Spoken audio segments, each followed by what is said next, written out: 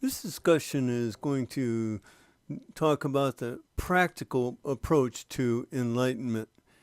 And in order to further that discussion, the first thing we have to talk about is the syntax of the environment. Often when we think about enlightenment, we think of it as an all or nothing situation. We usually don't consider that it can be a progressive and evolutionary process as the person becomes more and more aware. And awareness is the key. But when we think about enlightenment, we tend to think, oh, well, it's going to have to be some type of a guru or some special person, some mystical event that occurred in their lives, somebody that speaks with a unique language, something that's outside our norms and conventions, and something that's almost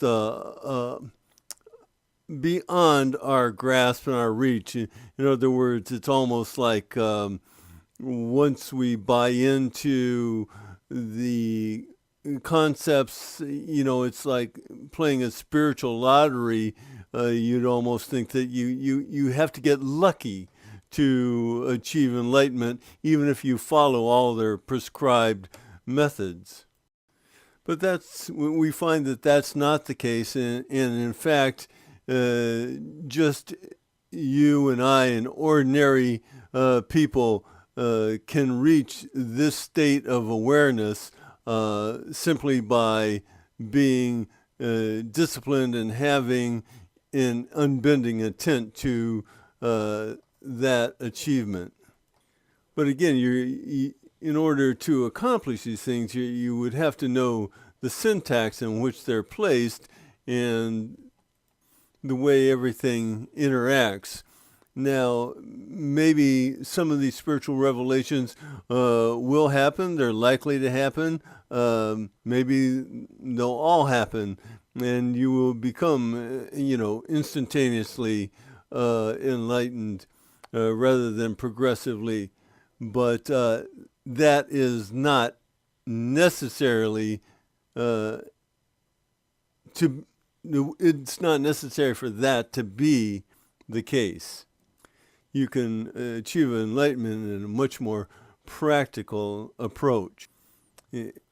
Actually, a step-by-step approach. So again, the very first thing that we want to appreciate is the syntax surrounding the knowledge that we're seeking. Tying into our previous discussions, the one element of the syntax that we're going to discuss here is socialization. So before understanding socialization's cloaking effect of the spirit, we have to step back and understand the mind. At your creation, your mind was also created.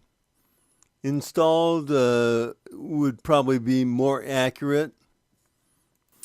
Its function was specifically to serve both your organic and inorganic being. That is, the body and the spirit. It serves the organic through perception and the senses, and it serves the spirit through awareness. When your mind was introduced into your being at your creation, then in it was planted, or more accurately lent, the seed of awareness. It's this seed that we're going to grow into fruit. From a Christian perspective, this would be like from the book of Genesis, where it says, "Be fruitful and multiply." Now, many times that is taken as just one command, but those are actually two very separate and two very distinct commands. One, be fruitful, and two, multiply. Awareness is the fruit of the spirit. From a socialization process, and we're going over this in kind of a high-level fashion, but from a socialization process, we predominantly perceive from this three-dimensional sensory perspective. And from birth on, we're socialized to its routines, conformity, and that the majority makes the truth. This dichotomy of the social norms and the spirit of man, your spirit, is analogous to our previous discussion of the three monkeys parable and the monkey house. Routines become unquestioned generation after generation. Our training is that life is a persistent social event which should satisfy both our occupation and our preoccupation. Freedom is sought from the organic side, and it's redefined as the absence of responsibility. This alone is directly contrary to how we approach the spirit. We tend to teach our children to find comfort and complacency within the apparent logical sensory evidence. From this incomplete tactical fortress, or should I say, from this tactical fortress of incomplete syntax, we defend our value systems, beliefs, behavioral systems, political and governmental systems, social biases, superstitions, and endless concepts of normalcy against anything that isn't organic, such as the spirit. We lean on the creed of what you see is what you get. Our core values orbit around ethics that are extrinsic and not intrinsic to our being.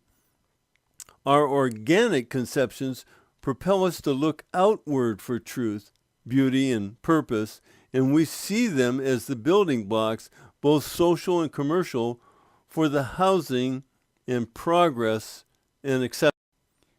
Knowledge, too, is acquired educationally from an outside agency, thereby precluding any self-discovery as a firm basis for greater realizations.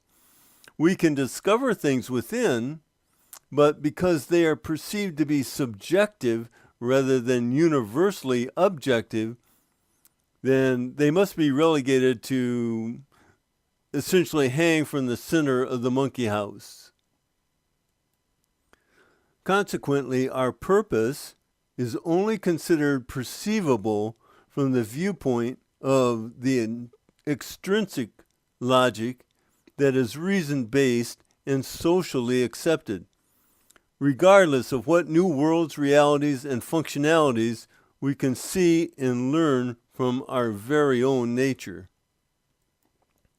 Because we're cultured then to only look at the outward effects of nature rather than inward at our common, untapped, latent abilities, we have accustomed ourselves to seeing the differences rather than similarities. Seeing differences directs us into looking for separate and different individual purposes without a common reason for being. However, at its root, nature prevails as the greater umbrella under which all service and scope of experience dictates a specific and universal purpose for all. When we discover our very singular purpose and reason for being, we are truly one with nature, and only then. While the individuality of the ego causes us to seek entirely separate and different characteristics, personalities, and beliefs, we proceed to juxtapose these one to another to evaluate our positions in the context of the present social systems and paradigms. Still, Varied religious beliefs seem to suggest a universality of man through the Spirit. However, religions can, as well, introduce the apparent intractable differences in truth as their polemics and polarities present thoughts and principles that are contradictory to each other, i.e., they all say they represent the one true God and the one truth. Ultimately, all these conflicts are resolved as nature and our nature itself yields the holistic perspective and perception of a greater awareness viewed, if you will, from the top of the mountain. But unfortunately, we tend to recognize truth through our legacies, heritage, social structure, local education, biases, prejudices, and other syntax that we have devised, conceived, and designed. These are imparted by an artificial cognitive system of our own creation. Further, it's one to which we most often are blindly captured and tied and bound. By cognition, it's meant the process by which knowledge is acquired, including perception, intuition, and reasoning. It's the basis of our general daily awareness.